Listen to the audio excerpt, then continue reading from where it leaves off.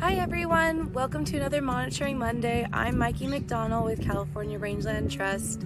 Here we are at the Avenales Ranch in San Luis Obispo County.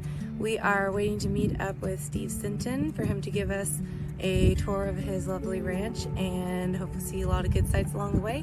So stick around and we'll see you later. Thanks. Good morning. This morning we're monitoring with the Rangeland Trust the Avenales Ranch conservation easement. This ranch was started by my great-grandfather in the 1880s and put together from homesteads. And right here we have the remains of one of the old homesteads. This is just the chimney.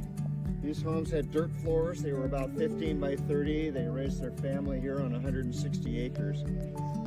In the 1890s, almost all of these homesteaders went broke. They had a drought much like we're having right now, where things look terrible. The difference is, when we had to get rid of extra cattle, we put them in a truck and haul them to town. Their cattle died out here because they couldn't, they were too weak to drive all the way into Santa Margarita to get to the railroad. So my great-grandfather purchased these easements. He had a store in town, and these people borrowed money to buy their groceries, and then they owed him money, so he paid them a little money to buy them out and forgave the bill. That's how we ended up owning all these homesteads. And then shortly thereafter, he also went broke during another drought, and he had to mortgage almost everything, but he's gotten it all back. And we're fortunate to have a conservation easement that's going to protect it forever.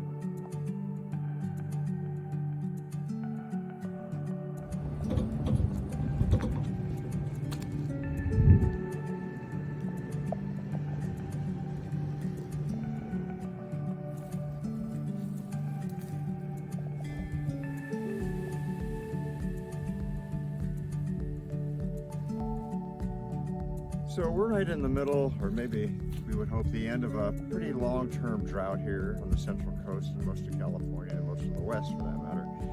And this has happened before, but not to this level of severity as nearly as we can tell. One of the clues we've got, we're seeing a lot of oak trees dying, blue oaks, and they live for 400 or 500 years, and they're not making it through this drought. We're seeing perfectly healthy trees falling over. So we know we're in an unusually bad situation, and as a rancher you have to plan for those things. And in the old days, we had a bad drought in 76, 77, and we had to cull our herd down to about 25% of normal. And it took us almost a decade to recover. And we knew that wasn't a good strategy. So then we came up with the idea of keeping our calves over until they were 1.5 years old and selling them as big animals. And then in a drought, like 76, 77, we knew that we could get rid of those cattle when they were calves and spread the cows out, and we'd have extra fields for them. And it's just a survival tactic.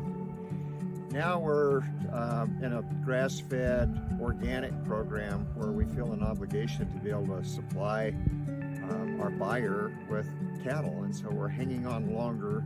We're trying to move our cattle around as a large group rather than having them spread out over the whole ranch. They kind of mob graze, if you will, and we're working them slowly towards the front of the ranch because we think, unless we have early rains, that we'll have to feed them. And of course, it's a lot easier to feed them if they're close to your front end of your ranch where you can get to the public roads than it is in the back end where the roads are rough and big trucks can't go. So we're looking for strategies all the time. It's an endless battle. We've never had one like this, but we're still learning.